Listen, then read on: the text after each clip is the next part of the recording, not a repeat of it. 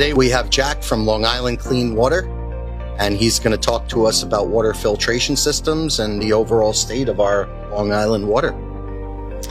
Thank you very much, Michael. Appreciate your inviting me to be here today. And unfortunately, water filtration is something that is needed here on Long Island for a number of different reasons. Unlike New York City, which gets its water from reservoirs upstate, basically you're talking mountain water, melting snow, rain, that kind of thing. Long Island water comes from under the ground, which in and of itself is not necessarily a bad thing. But if you think about everything that has been dumped, leaked, and spilled over the last 100+ years here on Long Island, it's all worked its way down into our only source of water, like a giant sponge. And unfortunately, the water districts do the best job they can with what they have to work with, but there's a lot of stuff in our water that they just don't have the ability yet to address. And that's where a company like mine prides itself on putting out the top-of-the-line water systems that address as much of the issues we have here on Long Island that the current technology we have available can do, and everything that we install is also made here. What about the infrastructure, the pipes, everything? I mean, the water is underground, but it's going through pipes. Like, how does that all come into play? Great point. So Nassau County and Western Suffolk was really the first suburbs that were developed going back to the 30s, 40s, and 50s. And a lot of the infrastructure, the pipes under the streets, both water mains and sewer lines in a lot of places are original. So you're talking 70, 80, in some places well over 100-year-old plumbing that's delivering the water to your home. Not to mention the very old homes that most of us live in. The house I grew up in was built in the 50s. I live in one now that was built in the 20s. So you're talking about 70 to 100-year-old plumbing also in the house. Well, you put a water filtration system in my house, and my house was built in 1918. So I already know the pipes in there are old. And even, for instance, I think I mentioned to you that I was driving one day through a town and saw them taking up pipes from underneath the ground, and they were fluorescent orange and rusted, and I thought, that looks good. Yeah. And in conjunction with that, with some of these much older communities, we're actually seeing the water mains under the streets starting to actually break down and spiking things like lead into homes. Most people that we know these days in the last 6 months have gotten some sort of letter, email communication from their water district notifying them that the levels of lead in their water might be above the EPA's maximum. They're doing what they can to address those in those instances, but also by putting out those notices, they are also putting the public aware, and it somewhat absolves them of the immediacy of needing to do something for their... Without getting into all that bureaucracy, obviously clean water is so important to us. Water is life, and, with all the problems that people have, cancer-related, things like that, there's so many things that could come into play. I mean, even when you think about homes and the beautiful lawns. Everyone wants to have the nicest lawn on Long Island. Sure. But the pesticides and everything that's put into our lawns, where does it all go, and how does it...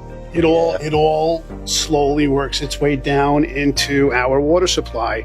Not to mention, we have many homes in Suffolk and on the North Shore of Long Island that don't have sewers. They actually have septic systems and cesspools, which are giant tanks buried in their yard that collects all of the waste, whether it's flushed, drain, or what have you, that ultimately then leaches down into the ground above our water supply. Kind of makes for a lovely thought.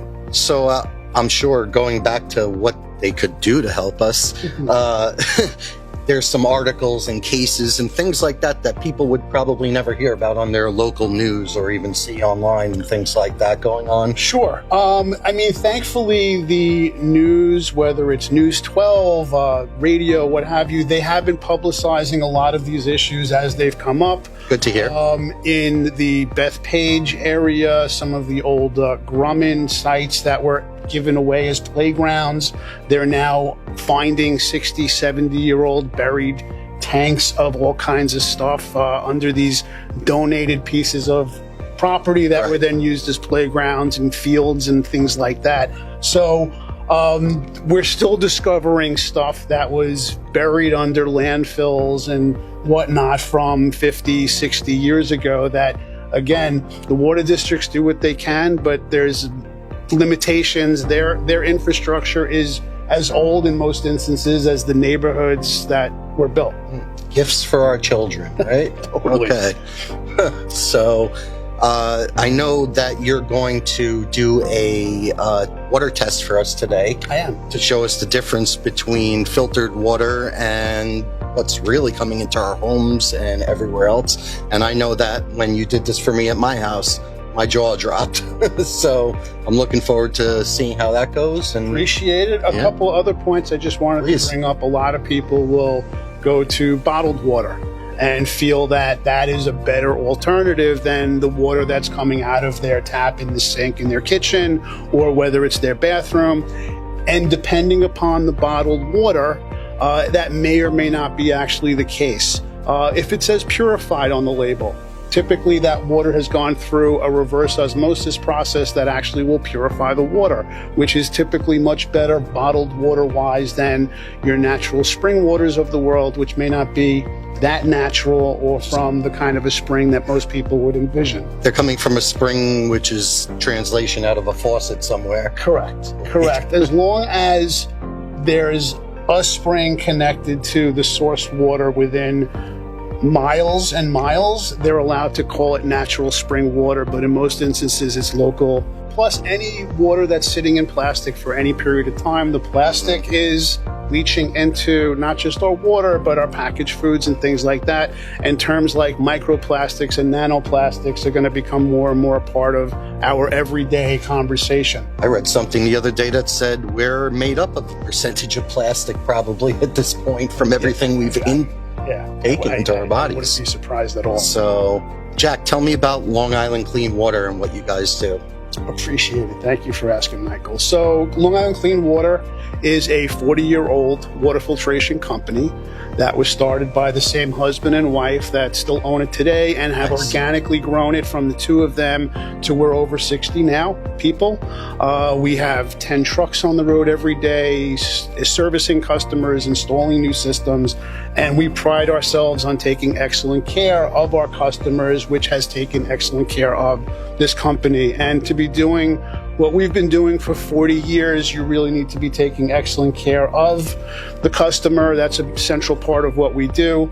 We're also Costco's partner here on Long Island for 10 years now as their water filtration partner. So when you see that kiosk that says water treatment in the store, that 800 number brings your information back to us from Costco, which is another thing we're very prideful of. It's a very high bar to achieve and to maintain, and Costco wants to make sure we're taking excellent care of their members as well, which is what we do routinely on a daily basis. I was going to say that, I've used your company since you put the system in the house, and the service is great. People are nice. You said it's a husband and wife that are the original owners. You get that family kind of feel from it. And that's the kind of place that I would want to refer any of my clients to that are buying homes or have already lived in homes. I'm saying everyone do this. It's great. You can even tell the difference when you shower in it from the water.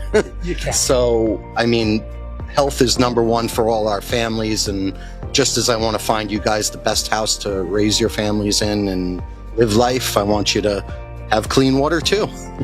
So all these things are important.